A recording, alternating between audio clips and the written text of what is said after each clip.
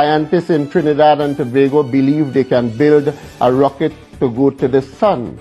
Scientists in the United States said it is impossible that a rocket cannot go to the sun, it will be melted.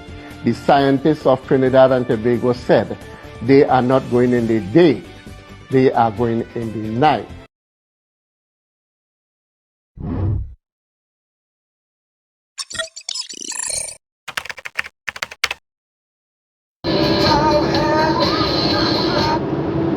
Okay, it's been a while since I made a video.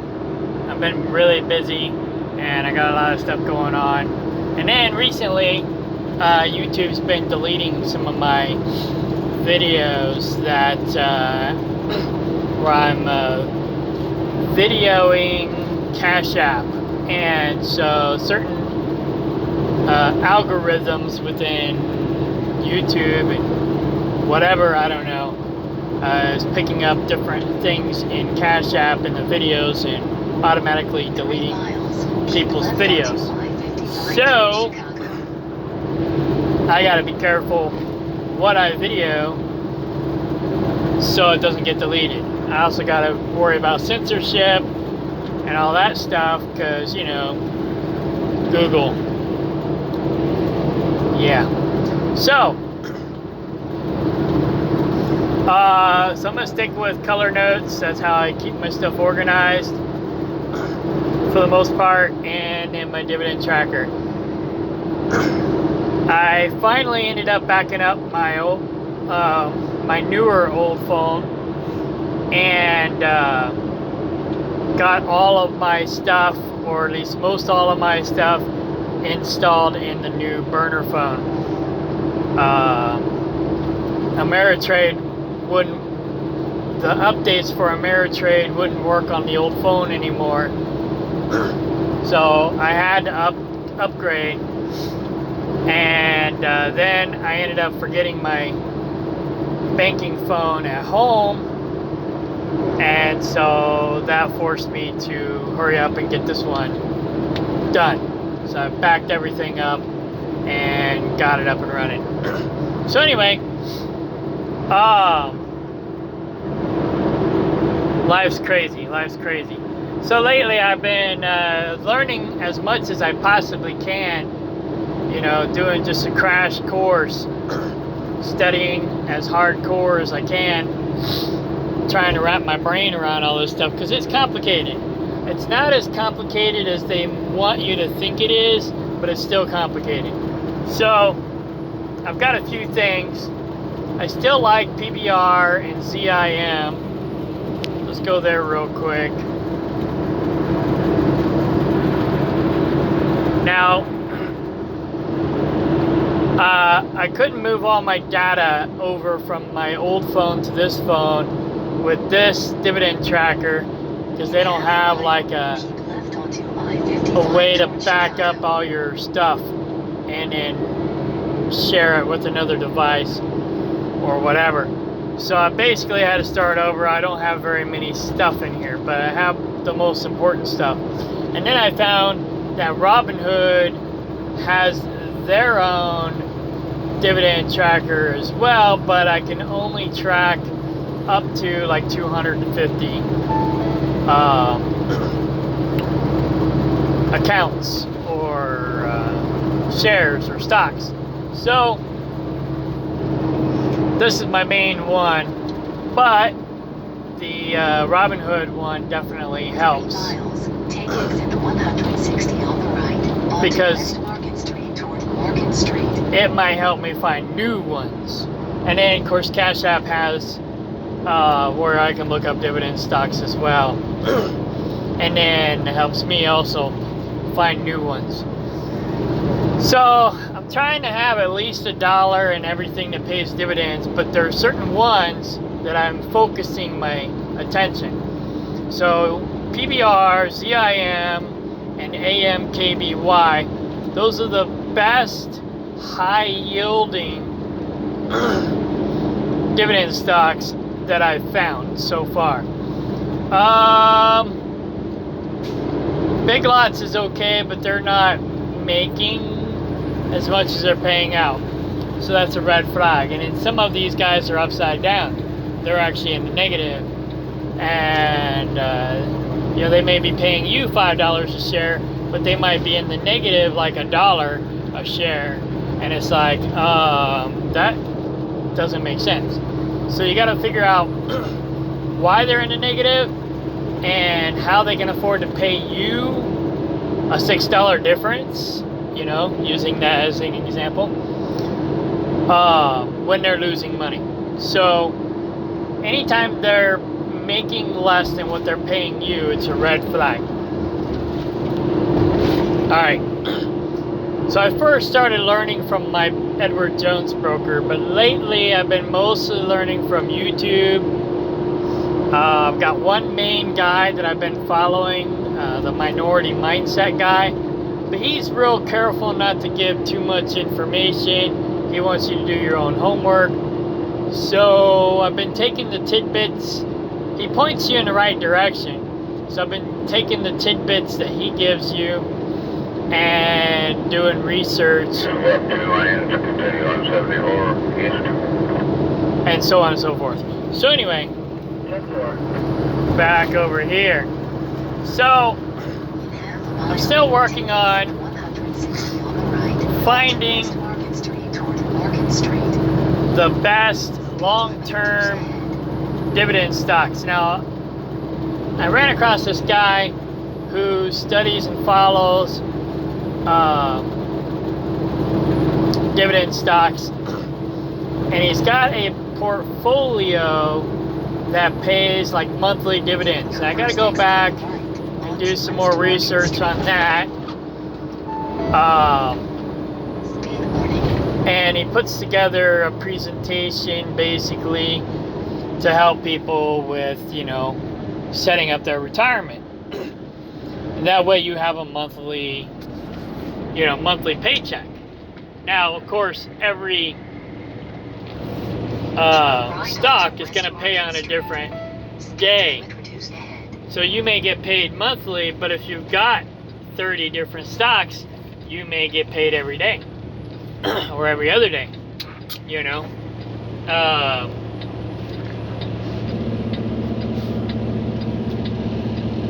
Yeah, so it won't be just once a month. It'll just be once a month from that stock. And then, so basically, the minority mindset guy basically says, oh, come on. The ones with stars next to them are the ones that he actually suggested. The ones that he likes the most. And then, well, actually, he said he liked all of those, what is it, 4, 6.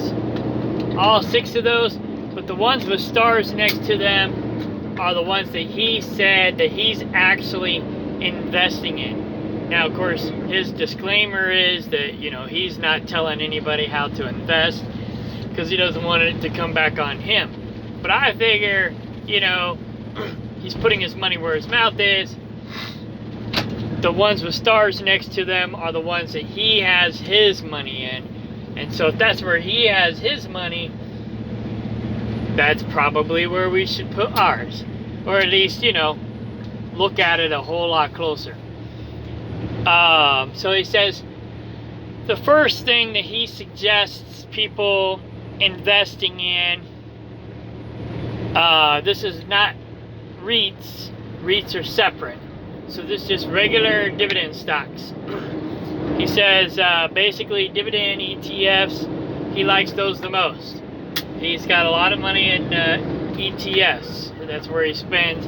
He says, I think he said he has like 90% of his money in ETFs because he likes getting paid weekly, monthly, whatever, you know.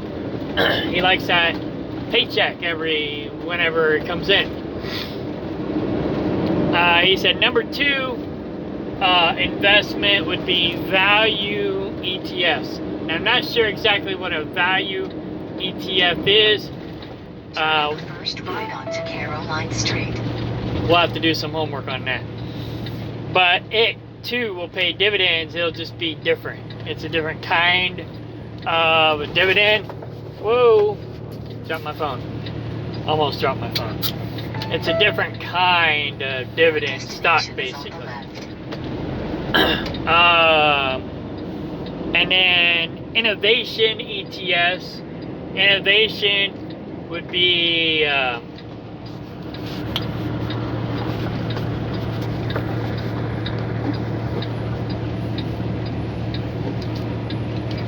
innovation would be like technology or whatever, things that are growing.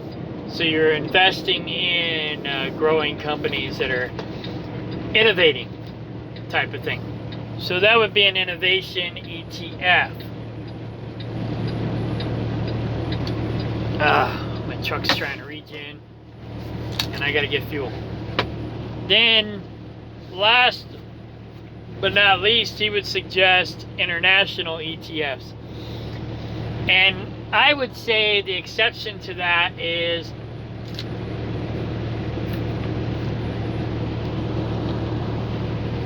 right now, with the US dollar being weak, I like investing internationally where their dollars are a little bit stronger. I don't mind investing in the US economy. In fact, I prefer it. But our dollar is so fragile right now, I don't trust it. You know? So, anywho, so SPY, that is the S&P 500, SCHD, that is I think an index fund, and VWO, I forgot. But anyways, all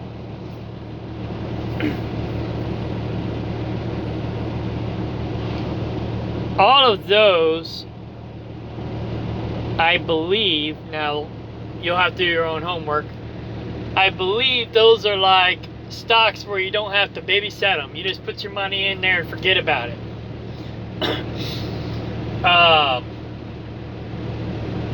And there's a couple REITs like that as well. Like here I got the top 2 REITs, and I'll have to go back and do this for the dividends. But the Vanguard Real Estate Trust and the Schwab US REITs, those are like an S&P 500 type of a REIT stock where they're doing the homework and they're picking the best of the best of the best. So you just put your money there and you can forget about it. And they'll do pretty much all the work. Then these other ones, you'll have to babysit those if you invest in them.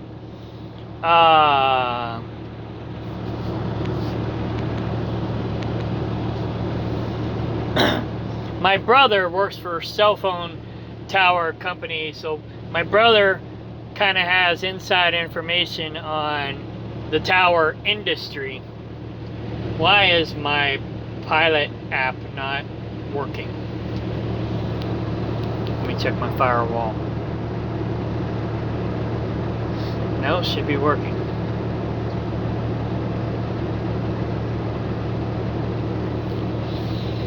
Error. That's disturbing to me. No errors allowed. I guess I'll have to do it old school. This Pilot Flying J app's been messing up a lot lately. But anyway, so Crown Castle International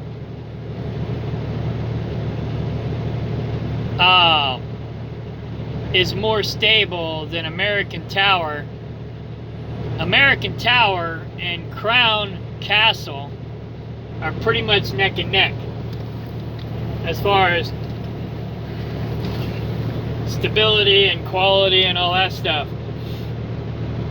Crown Castle is already international, but they're focusing mostly on the US right now, where American Tower is mostly US, but now they're trying to go international. And so if you look at their stocks, they're in the negative. Oh, now it's working. If you look at their stocks, truck, DEF, their earnings per share, American Towers, their earnings per share is in the negative, so they're losing money. That might be because they're trying to grow the company and still pay dividends at the same time. I'm not sure. But my brother, being a tower worker, says that American Tower is having a lot of problems and cell phone companies are pulling their equipment off of American Towers. He works for Harmony Tower, which just bought out another company, or the other company bought out them, and now they're a bigger company. I don't know. They're not publicly traded yet, but my brother says that Crown Castle is more stable right now, and he would suggest investing in them and not American Towers. So yeah. Anyways, I gotta get off here and get fuel. But I was trying to get this app installed so I can record this sooner when I had more time, but now I have less time. So, but yeah, these are the top REITs so far that I've found to invest in, and I'm still working on some long-term investments as far as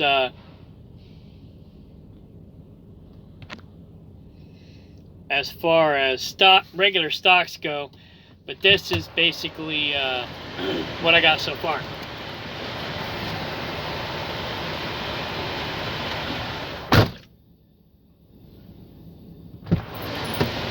I forgot my app worked. I was gonna put in my card information. 890685. 890685.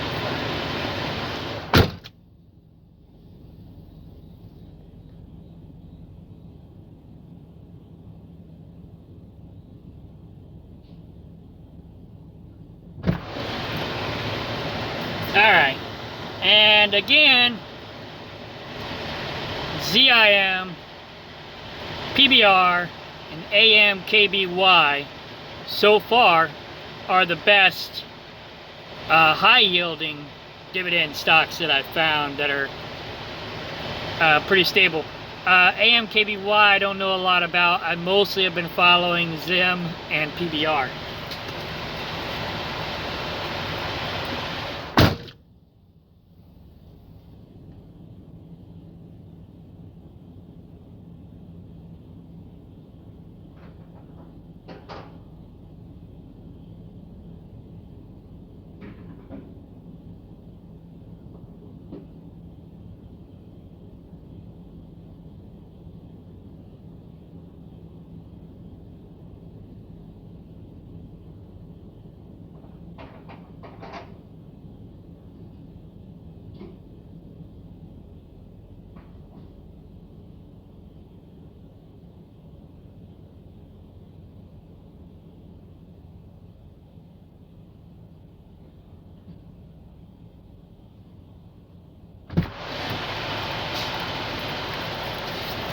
Now, I haven't got my payout yet from ZIM, but they are paying out next month, so I should be getting a good fat check from them next month. PBR, it is or was paying monthly.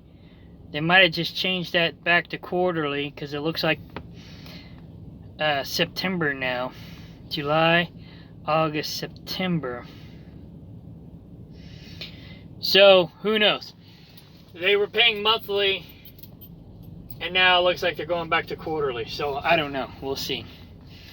Yeah, this stuff changes all the time. So, That's why it's probably best, if you don't want to babysit it like I'm doing, to put your money in these long-term stocks. Like the S&P 500, SCHD,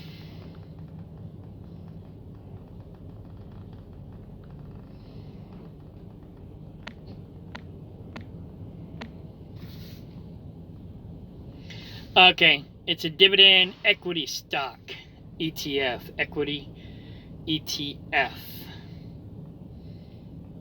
Oh, it's already in there.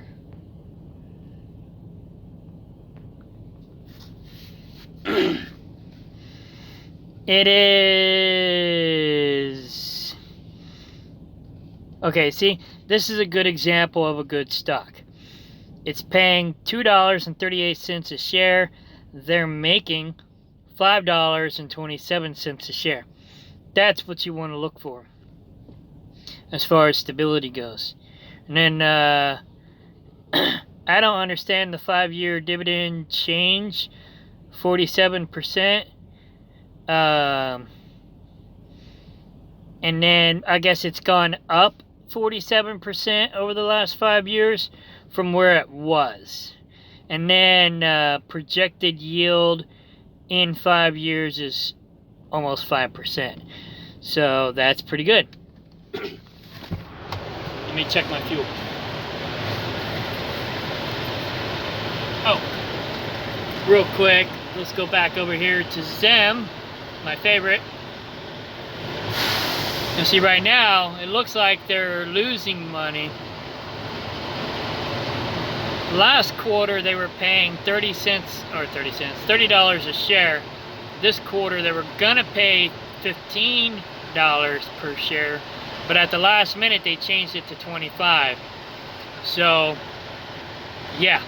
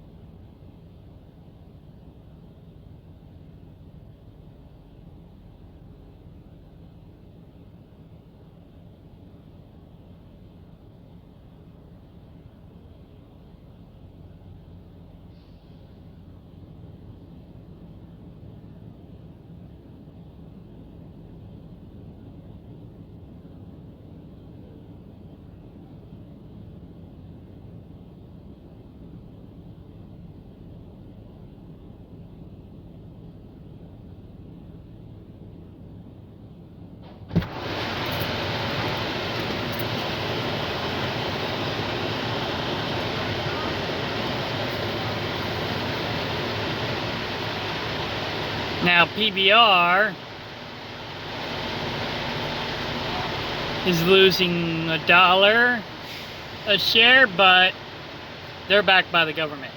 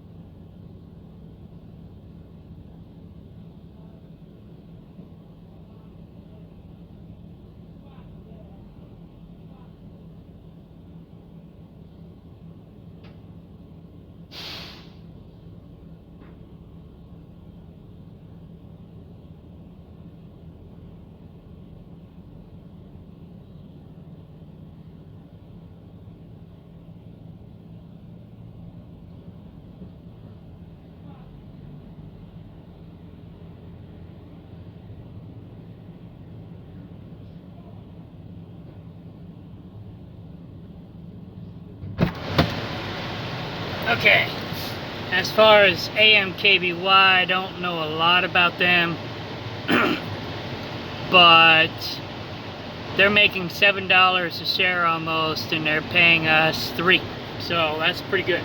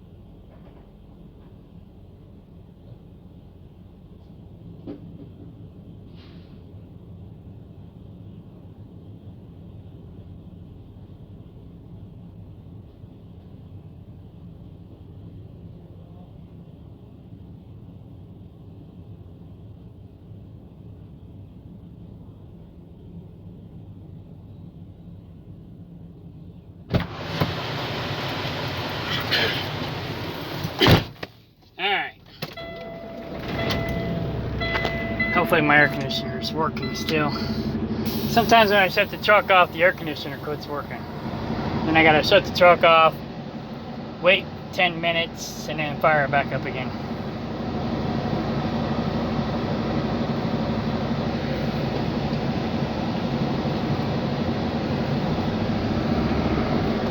Feels like it's working.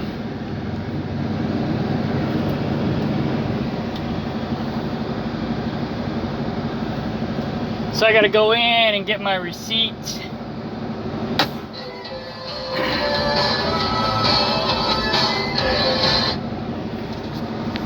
But yeah, that's my synopsis. I think that's the right word for today. I'll give more later when I got more, but I'm learning slowly, but I'm learning. All right, bye.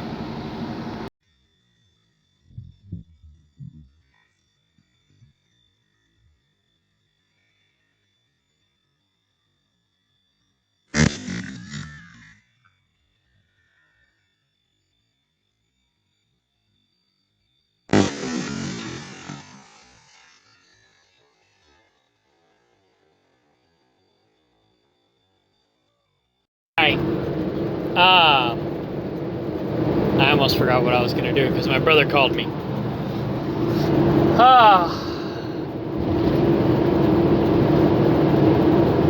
Now,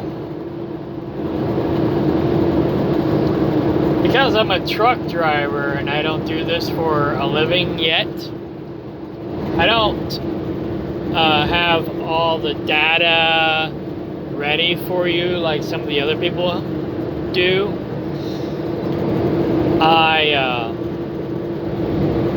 I have studied up on most all of these companies, some more than others, and so I do have a background on each of them, or most each of them, that I'm actually putting my money in.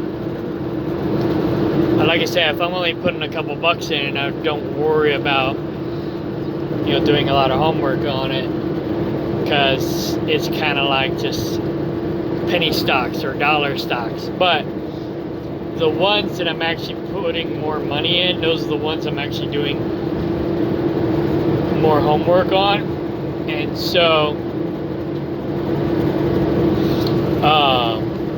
just like I was talking earlier about American Towers versus Crown Castle. My brother does cell phone towers, so I got inside information as far as tower stuff goes, so I've got an edge there.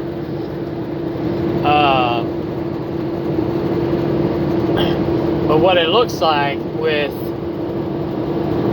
Crown Castle versus American Towers is Crown Castle is an international tower company, and they're now doing tower work in the US. They're already solid, they're already strong, they already know what they're doing. American Towers pretty much does also, but they were strictly an American company. But I guess since Crown Castle came to the US and started trying to dominate the market over here, American Towers has tried to branch out and become more international. And I think they're spreading themselves a little thin, because my brother does not think American Towers is very stable. Cell phone companies are pulling their antennas off of American Towers towers. My brother works for a different company. I forgot what it's called now. I just said it earlier. But anyways, but you know, he's Harmony. I think he said Harmony. He works for Harmony, and he says that Crown Castle is a better, more stable investment than American Towers. He thinks American Towers is having a lot of problems. So I would not invest in American Towers. Now, some of the other people that I was viewing to study up on REITs, they never mentioned Crown Castle. They just mentioned American Towers and how good they thought American Towers was, and they probably were better. But after talking to my brother, who works in the tower industry, I would say I didn't even know about Crown Castle until I guess it's incorporated, not international. But let me fix that. I saw somewhere that it was international, so I don't know what that's all about. But anyways, incorporated. Because over here it says incorporated. So their earnings per share. Oh wait, I was looking at this backwards. Their earnings per share is almost $4, but they're paying $6.26. Now, their earnings per share might be down because they're growing the company, expanding to the U.S. or expanding in the U.S. Do I have the other one in here? No.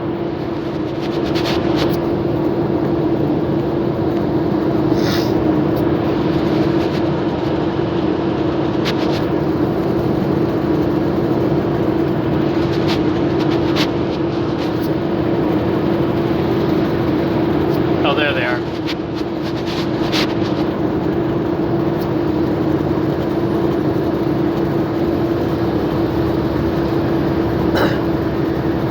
Alright, oh, okay, their portfolio or whatever you call it looks pretty much the same. They're paying about the same, their earnings per share is about the same. So they may be okay, but like I said,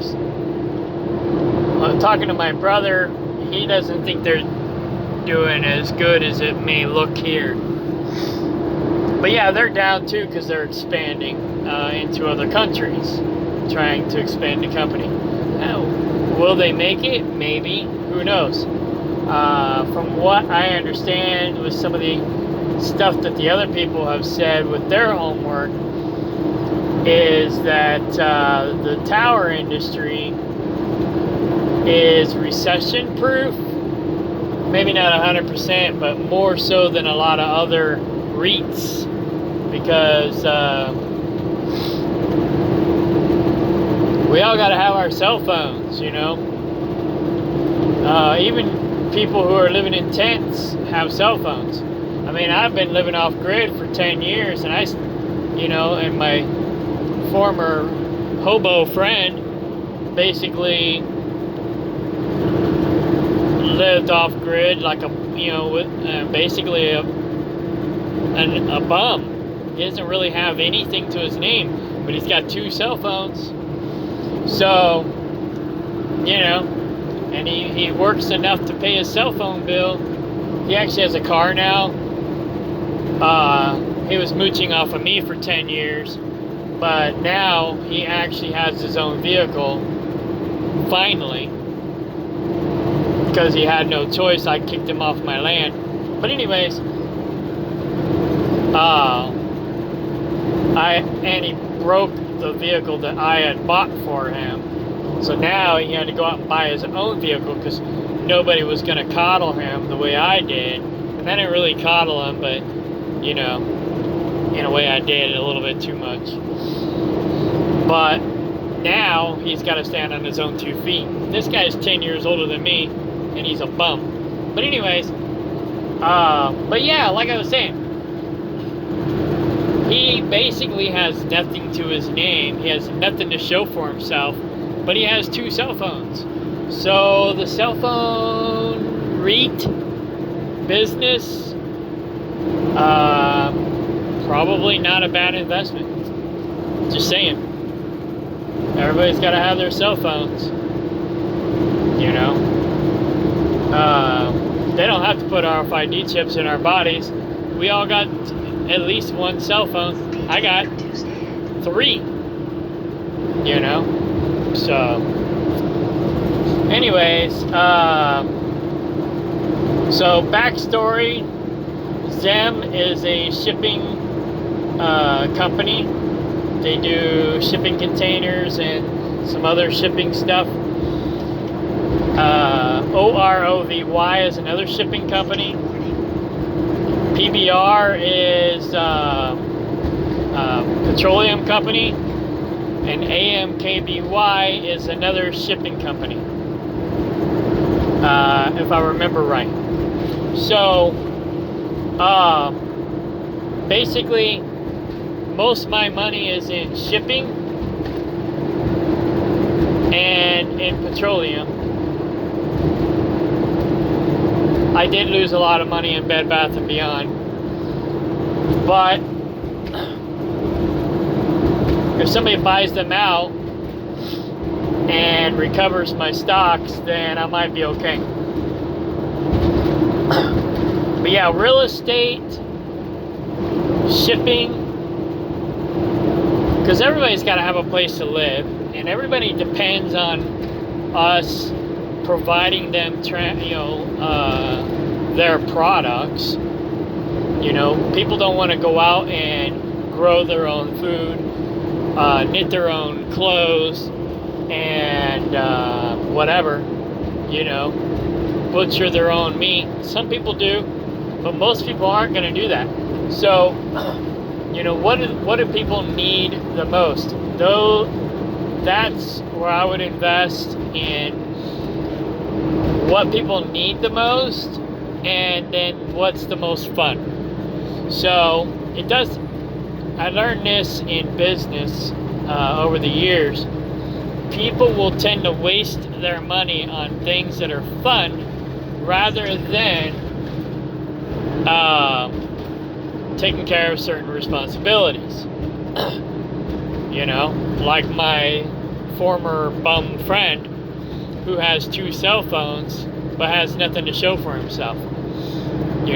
He's got to have that cell phone pleasure, and then he indulges in other things like food and other toys, and then he mooches off other people for his security. But most people will work, they'll pay their basic bills, they'll do the basic things that they have to have, like food, clothes, shelter, transportation. and then they'll blow the rest on entertainment, fun stuff. You know, it's like I live in Stockton, Missouri, Take exit 240 on the right. and I gotta remember, like my successful guru people keep trying to tell us, you know, don't let these people's fancy crap get to you. You know, it's like the minority mindset guy. He says the car that he drives doesn't even have a bumper. You know, he says my employees have nicer cars than I do because I have my mind on my goal. You know, so, or on the prize. So keep your eye on the prize and don't get distracted by all these other people blowing their money and getting themselves into debt for fun stuff. You know, just keep investing your money into hard assets, renewable assets, whatever, the best assets you can put your money in. Get the best return for your bang, and then take that return and then invest that return into the fun stuff. So, and it's hard to remember. You know, I've been driving a beat up old pickup trucks for the last 10 years. I just financed a newer truck, but it's not even new. It's like a 2009. Of course, I don't like the newer vehicles, so I got the newest, oldest, reliable vehicle I could get that suits my needs, because I need a pickup truck for my farm. And I didn't want to go too new, and I didn't want to go too old, so I found a happy medium one that wouldn't cost me an arm and a leg. I still had to finance it. I mean, if I pulled all my money out of my stocks and stuff, then I probably could have just paid cash for it. Half a mile. Take the first exit on But, onto Lorenzo Road. you know, my assets or my dividends are gonna pay, help me pay my truck payments. So I just need to dump a little bit more money into my dividend stocks so that I can actually use it to make my payments. But my payment's only $300 a month. Now my insurance went up double, but because I got an older truck, it didn't go up as much as I was afraid it would. So that's good. Turn at the first left onto Lorenzo Road. Left curve ahead. So yeah, basically, Just ahead. instead of blowing your money on the fun stuff, invest your money into the fun stuff where you can make money off of the fun stuff that everybody else is wasting their money on. And then,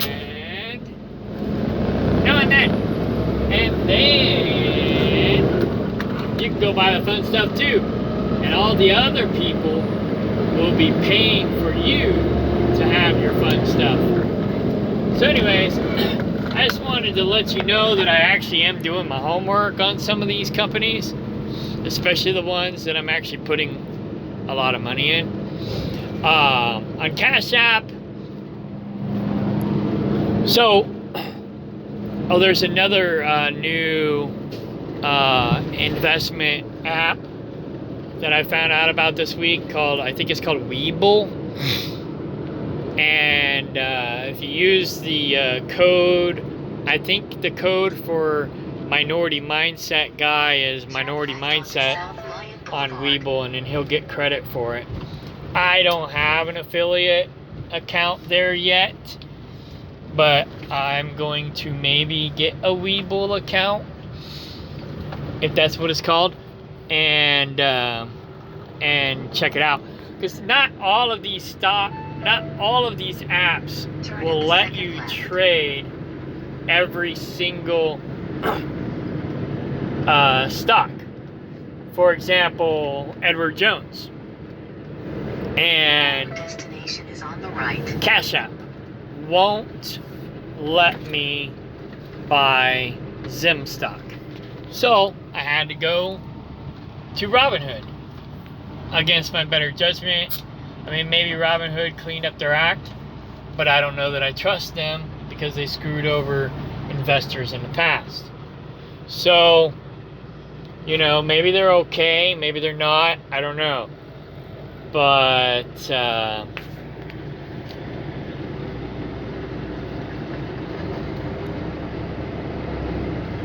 anyway, so,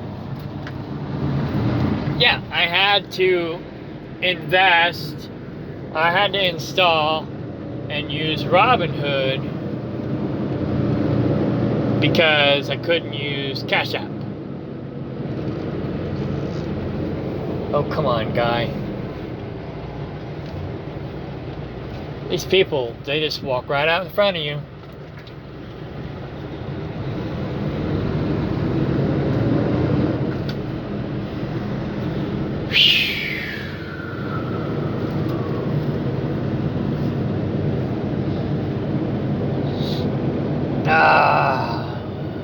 Alright, where am I gonna park? I came to this truck stop so I can do my laundry, because I won't be home till Monday, and today is Wednesday? Yeah, Wednesday. And don't want to, I mean, I can do it when I get home, but I kind of don't want to do it when I get home, because I got to go to a, ooh, there's a spot. It's a blindside back though. Oh wait, there's a spot. I hate blindside backing. When I can do it on the road, because I don't have a washer and dryer hookup at my place yet. I was off grid until like a year ago. Now I'm back on the grid. Oh, there's a bobtail in that spot. And a bobtail in that spot. Nice. I guess I will have to blindside back. Or pull in. I guess I can pull in. Get back out. Or hopefully maybe somebody else pulls out. Bobtail. Why don't these bobtails park in the blindside parking so we don't have to blindside back?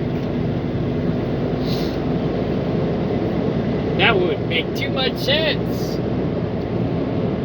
Another freaking bobtail. Alright, I guess I'll just pull in and hopefully I don't have to back out.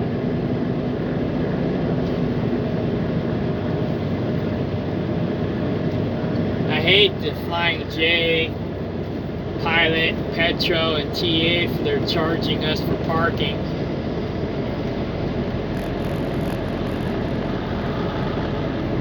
I mean, my company will pay for parking, but I try not to do that. Yeah, that's another one.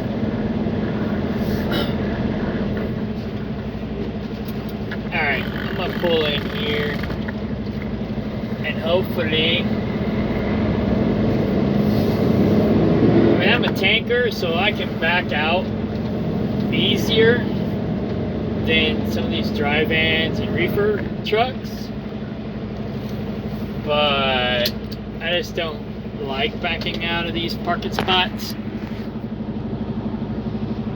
and I definitely don't like blindside backing, although I could do it better with the tank. 30 minutes to spare,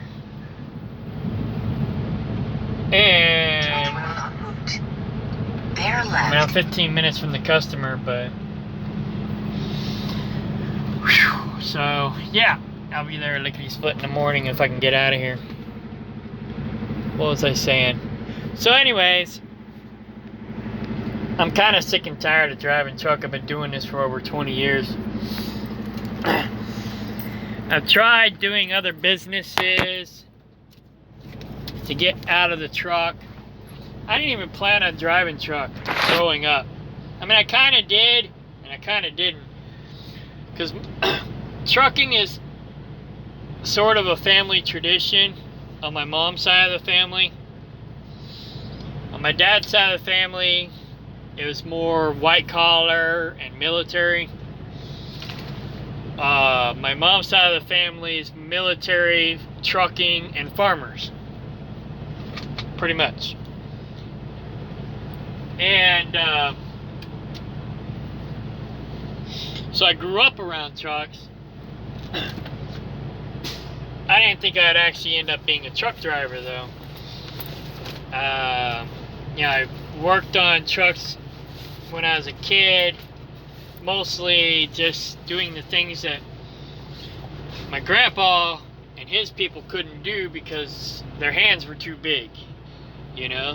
My brother and I had small hands growing up, so they're like, hey, get up in there and get that whatchamacallit thingy and whatever, because we can reach up in there and get it. Like replacing a clutch rod, or greasing the zerts and stuff like that. Clutch rods are a pain in the butt, by the way. But anyways,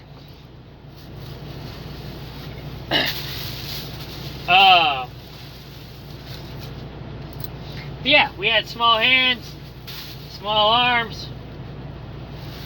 It was no problem for us. I mean, it was still hard, but it was easier for us to do it than it was for them.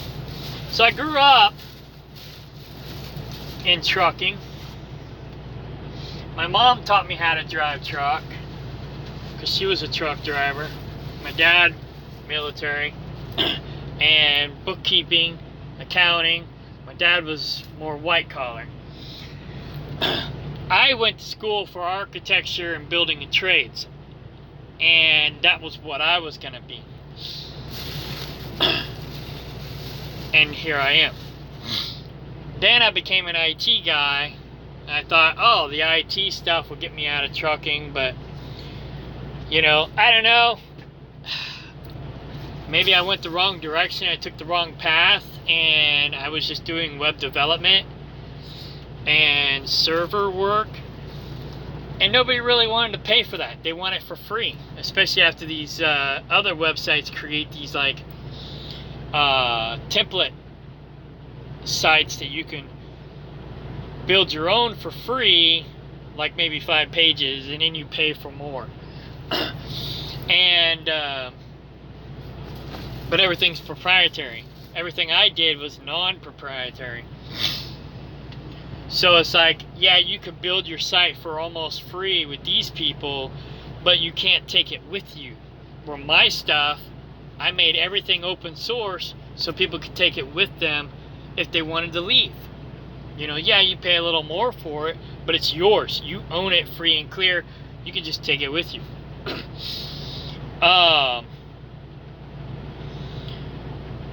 Maybe not free and clear, but you know what I mean. So,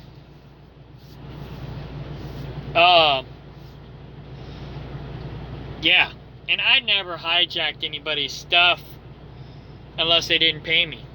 This was the only time I hijacked their stuff, and that was rare. So,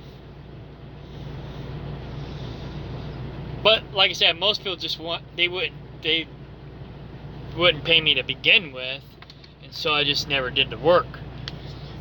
So I mostly just did my own projects, which never really made any money.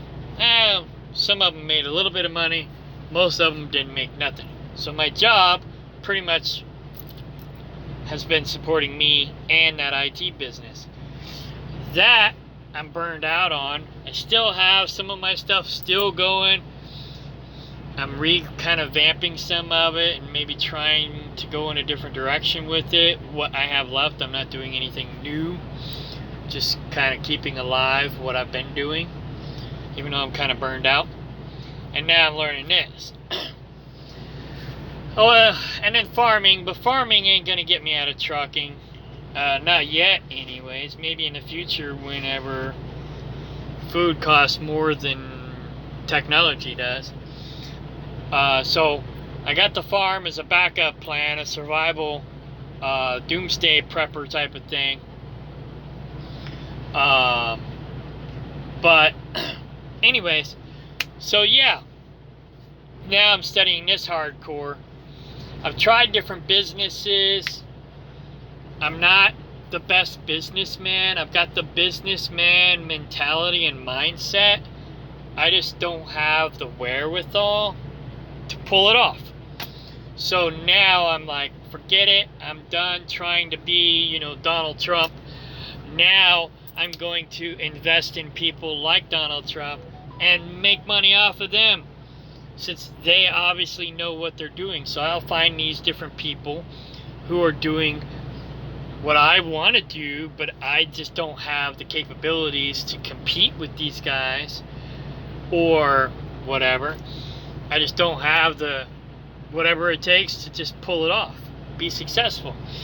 So I'll invest in the people who are successful and make some money off of them. So that's what I'm doing now, and that's why I'm getting into this and studying this hardcore. Now, I wish I could have done it sooner, and wish I would have done it sooner. Knowing what I now know, it was a lot harder then. These apps make it so easy. It's easier to make money, but it's also easier to lose money if you're not careful. So you have to do your own homework and be your own, not investor. I mean, you are going to be your own investor, but be your own research analyst and learn from people like me and other people who know more than I do. I try not to do the fancy talk. I try to put it in layman's terms so people as dumb as me can figure it out.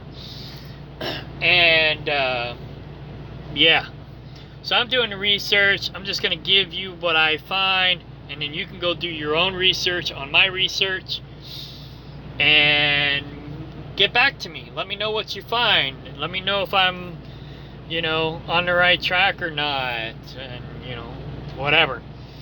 But beyond a shadow of a doubt, I do know these first two.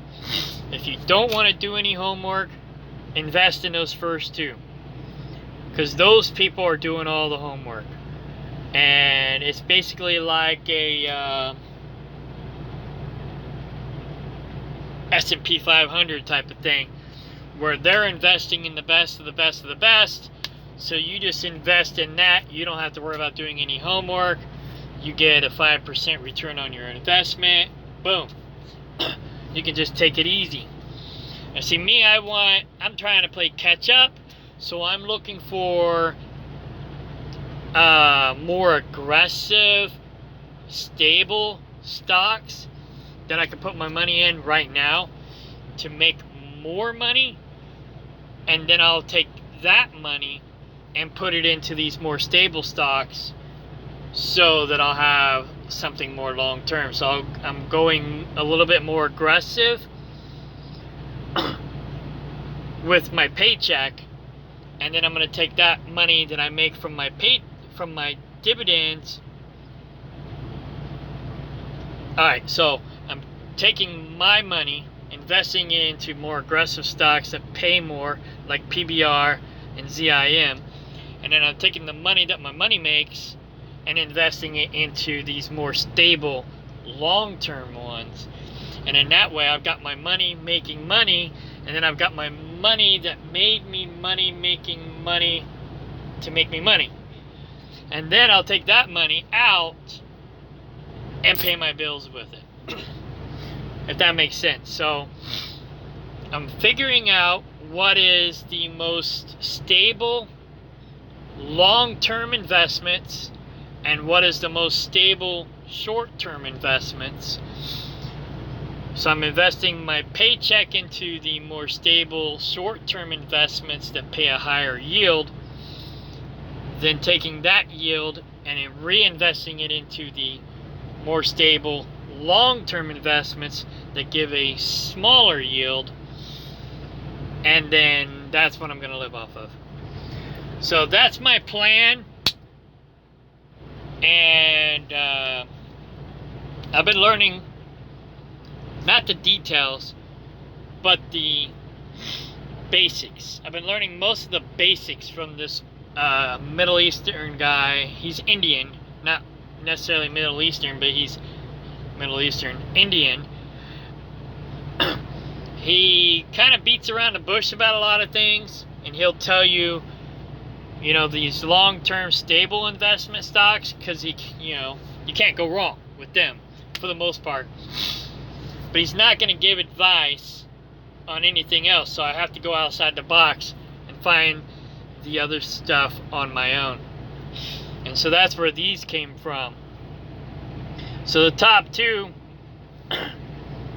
I don't know where I got those from, to be honest. And then the third one, that one pretty much everybody agrees on. All the people that I looked into and was studying and getting information from, they all pretty much agreed on Realty Income, O stock. Pretty much everybody agrees on that one. So even though it's not like stable guaranteed like the top two, for the most part, nothing's 100% guaranteed anyways, that one is like right up there with those two. And then the rest, then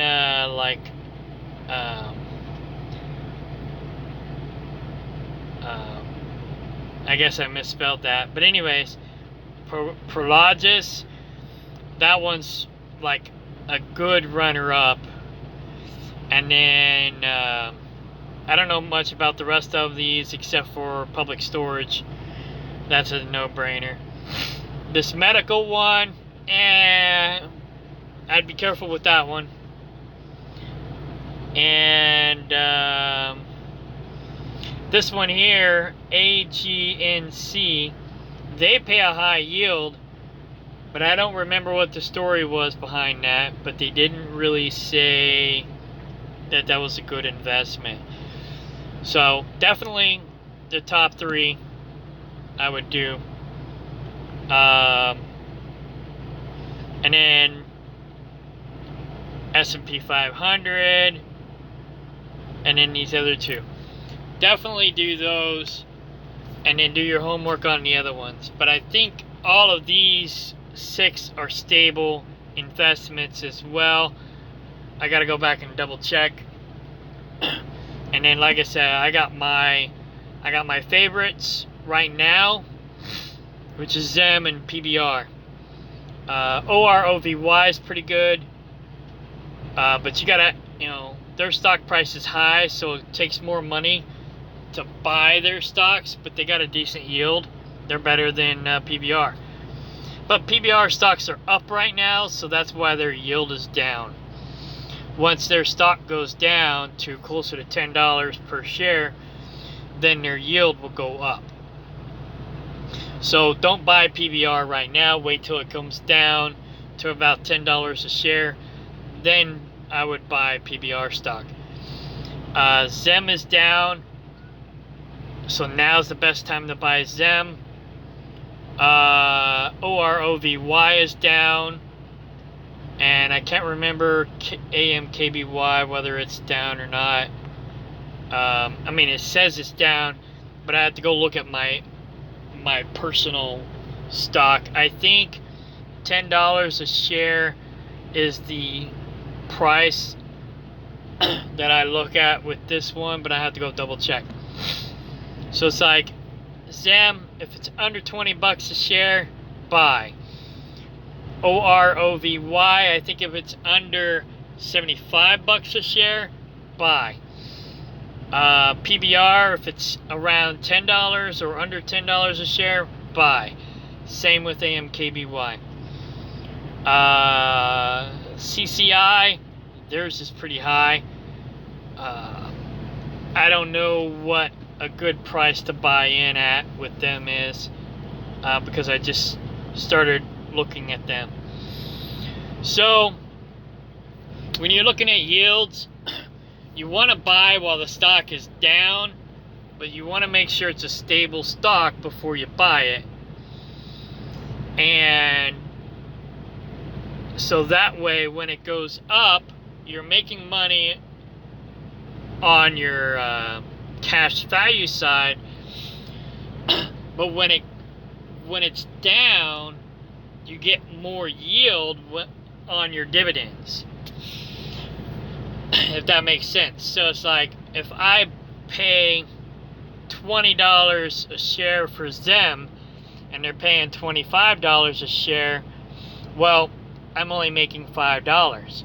But if I buy them at $15 a share and they're paying $25, then I'm making $10 per share. You know, so I double my percentage by waiting for it to go down $5 per share to buy. So that's what I do. I just kind of figure out where the best price is to buy in at, and I may initially buy in at a higher price, like OROVY. I bought in at like $80 a share. I only have like one share, but now, you know, I'm saying, you know, wait till it goes down to like 75 or less to buy OROVY. That's the best time to buy. So OROVY, I don't know a lot about them. AMKBY, don't know a lot about them. I just know that they're shipping companies like Zem. I know more about Zem and PBR than any of them, and I like them overall.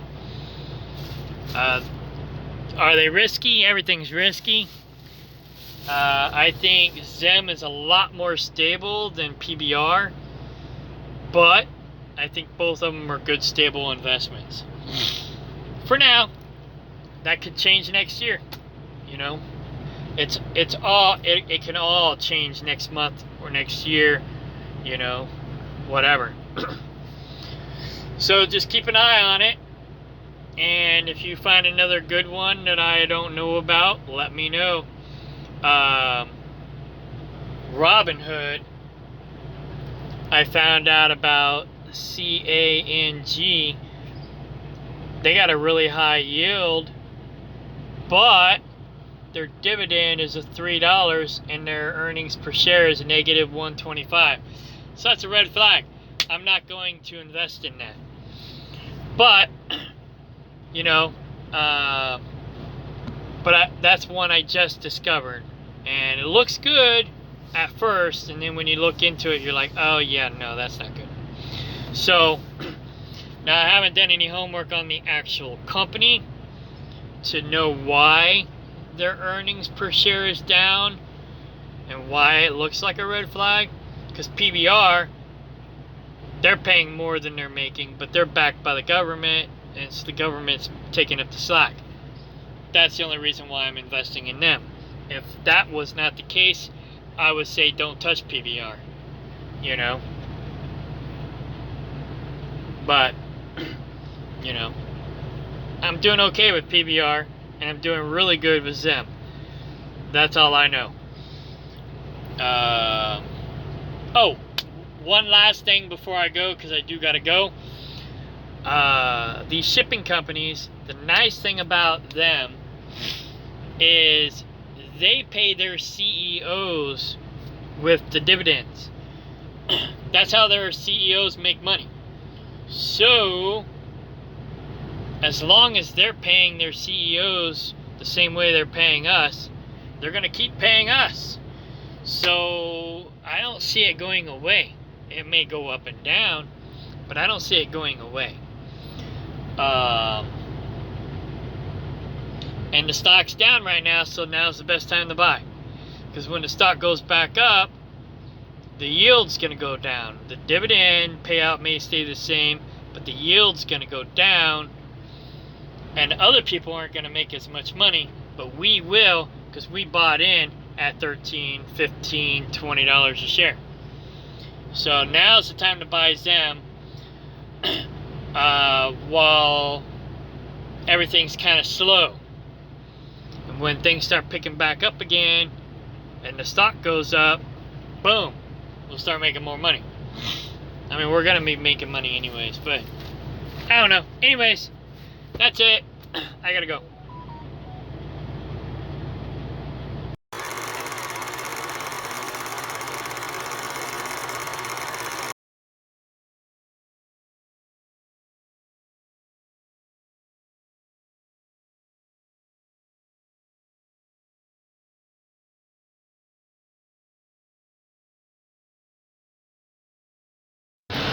last but not least, I was on my way to go do my laundry, and I remembered two things.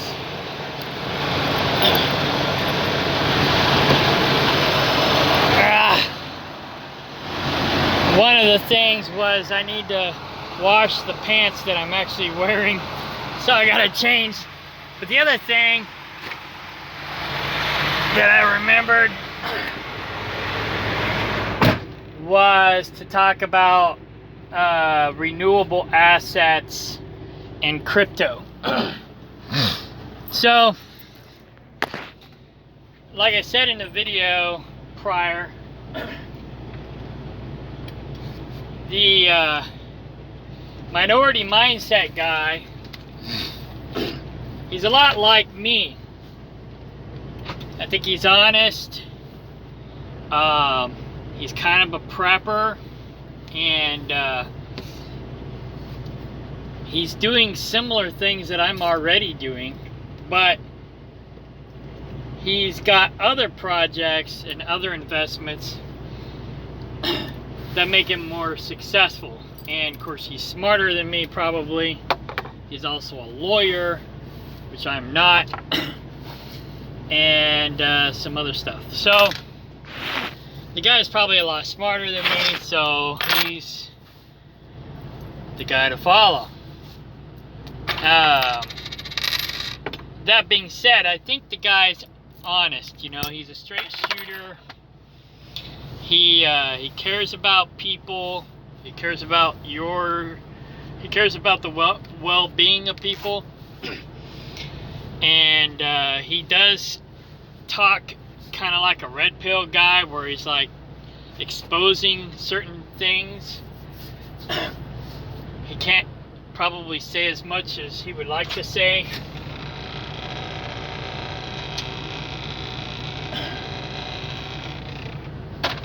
Because of censorship. But you know, he basically talks about how the system is rigged, which is funny because Donald Trump even said the system is rigged. I think it was Dave Chappelle who brought it to my attention, and I went back and done some homework on it. But he says the whole system is rigged, and then of course Hillary and whoever was like, no, it's not. And he goes, and then the guy at the debate thing, he goes, well, what's your proof that the system is rigged? And he goes, well, I know the system is rigged because I use it, you know. So the cards are stacked against us, and we need a good helper, a good guide, a good teacher to kind of help us navigate through this system that's rigged. And honest people like Donald Trump, perhaps, and like this minority mindset guy, trying to help us navigate through a corrupt system. We need all the help we can get, you know. I've been trying to figure out how, you know, what the rich people do and how to do what the rich people do to be successful without being a criminal myself. I mean, not all rich people are criminals, but some of them are, you know. And it's like Donald Trump says, the system's rigged. You got to figure out how to manipulate and use the system. Otherwise, the system's going to manipulate and use you. So, anyways, my point is gold and silver. Now, the minority mindset guy doesn't have a lot of gold and silver. Mostly he has gold, then he does silver. Me, I have more silver than I do gold. Gold is for saving, silver is for spending. So if you don't have a lot of money, then you want to save your money in silver, because that's going to be your spending money if we have a collapse, if we have a problem. You know, you want to expect the best, but prepare for the worst, and gold and silver is preparing for the worst. And like the minority mindset guy says, you know, if I go on the backyard and bury cash and gold and dig it up 10, 20 years from now, which one's going to be more valuable? The gold. So gold is always a good investment, and so is silver.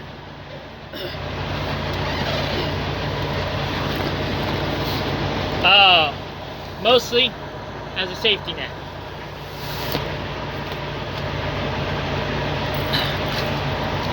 Okay, so like I said, gold is for saving, silver is for spending. So save as much gold and silver as you possibly can. Like I said, that's your savings plan, that's your safety net. Now, he said crypto, and I agree with this. I don't have any crypto. I have crypto stock, but I don't have any actual crypto. So I probably should get some, because he said crypto is not really for investing. It's more like silver. It's for spending.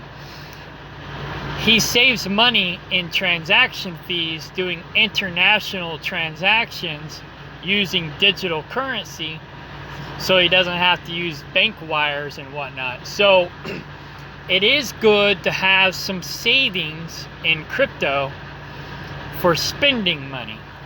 And I think that's about all crypto is really good for. But that's my opinion. Some people use it, you know, as a gamble, you know, like stocks. And that's how I started.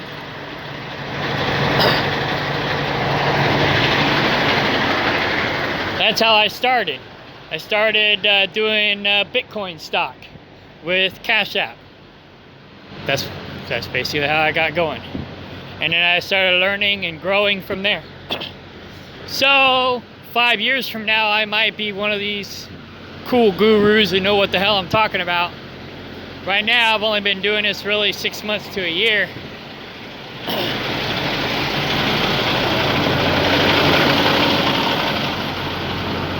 So right now, I'm just mostly figuring it out. But I'm starting to figure it out. And I'm going to try to help other people. I don't get paid for this, you know. I make my money off my stocks. This is just me helping other people out. I don't monetize my stuff. Will I in the future? Maybe. But I'd probably do it somewhere else and not YouTube, because I don't like YouTube. The only reason I'm on YouTube is because it's the most popular, besides Rumble. And I would be on Rumble, but the problem with Rumble is I can't have multiple accounts unless I have multiple phone numbers. So it's like, well, I do have 3 phone numbers. I could have 3 accounts. If I let one of my phone numbers go, then I lose that account. Where with YouTube, you just gotta have multiple email addresses. And it's pretty easy. So that's the main reason why I'm still here and not on Rumble yet. Otherwise, I'd be on Rumble, 100%. And another more open source platform instead of a censorship platform. But I don't monetize none of my stuff. This is just me giving you my 3 cents worth, if it's even worth 3 cents. So there you go. All right.